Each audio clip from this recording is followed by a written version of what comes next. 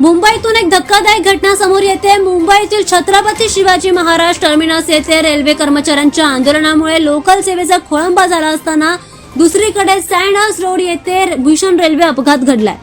Local सेवा विस्कळीत झाल्याने रेल्वे ट्रॅकवरून चालणाऱ्या 4 प्रवाशांना लोकल ट्रेनने धडक दिली असून यात 2 प्रवाशांनी जागीच जीव गमावलाय तर 2 प्रवासी गंभीर जखमी झालेत। मुंबईत आज संध्याकाळी रेल्वे कर्मचाऱ्यांनी आंदोलन केले। जून मधील मुंब्रा दुर्घटनेत 2 अभियंत्यांवरील कारवाईच्या निषेधार्थ रेल्वे कर्मचारी आक्रमक झाले। या अभियंत्यावरील गुन्हे मागे घ्यावे अशी रेल्वे कर्मचारी संघटनांची मागणी आहे। या आंदोलनामुळे सीएसएमटी, दादर, ठाणे अशा विविध स्थानकांवर प्रवाशांची गर्दी झाली। या गर्दीमध्ये हा अपघात घडल्याची घटना समोर येते। या आंदोलनामुळे मध्य रेल्वेवरील लोकल सेवा ठप्प पडली होती। संध्याकाळी 6:45च्या सुमारास लोकल सेवा पूर्ववत झाली। लोकल सेवा बंद असल्याने प्रवासी रेल्वे रुळावरून चालत असताना हा अपघात घडलाय।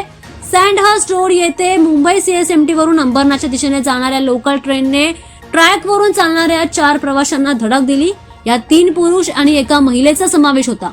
लोकल सेवा विस्कळीत झाल्यामुळे काही प्रवासी रेल्वे रुळावरून चालत जात होते।